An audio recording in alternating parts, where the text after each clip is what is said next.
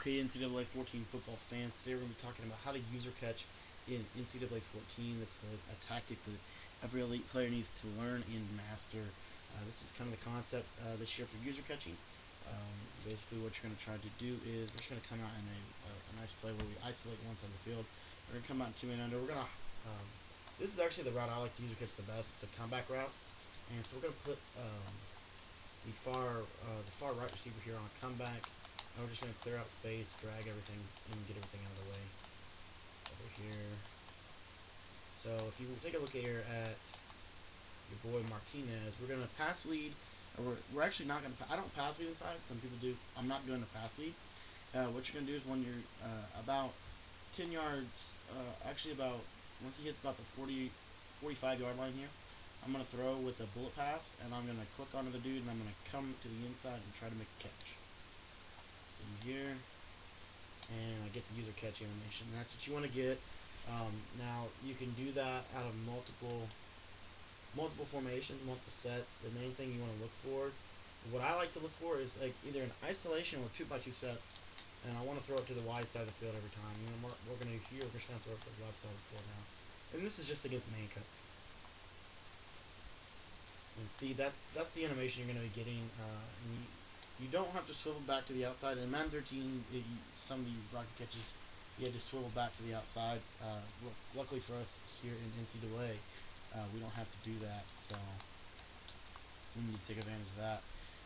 Comeback routes are not the only thing that you can user catch.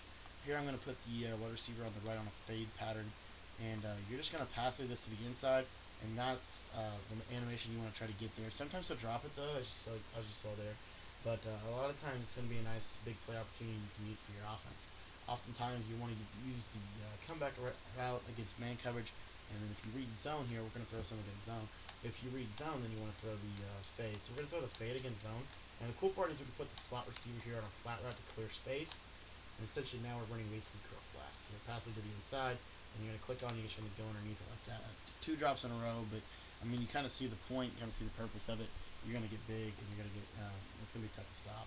Now, one other thing I want to go over really quick before we get out of here is the corner or C route catches. I was actually working on that in one of my other videos recently, and have found kind of fallen in love with these.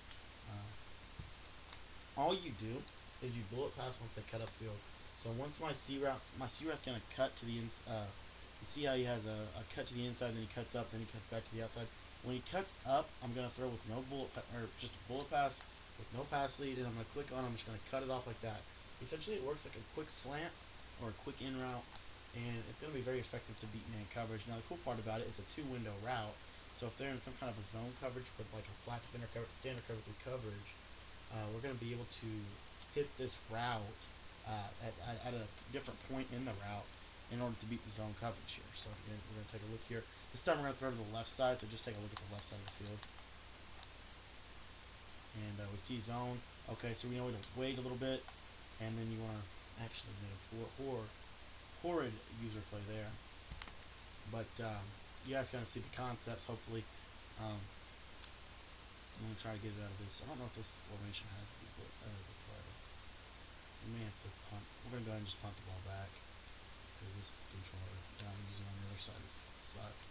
But the user catch is you know, some sim players won't use them and all that. I think user catching is such an important tactic, especially if you're going to be kind of a player who wants to play to win, play to be an elite player. User catching is something you're going to need to be able to master, because on some routes, some defenses will have everything that you want to go to covered, and you're going to have to win that one-on-one battle. And that's the way the user catch works for me. I don't really like to throw them unless it's like my last read. But here, we're going to show you one more time against zone. Watch the left receiver. Pass it to the outside if it's in zone. And you see we just click on, make an easy catch there.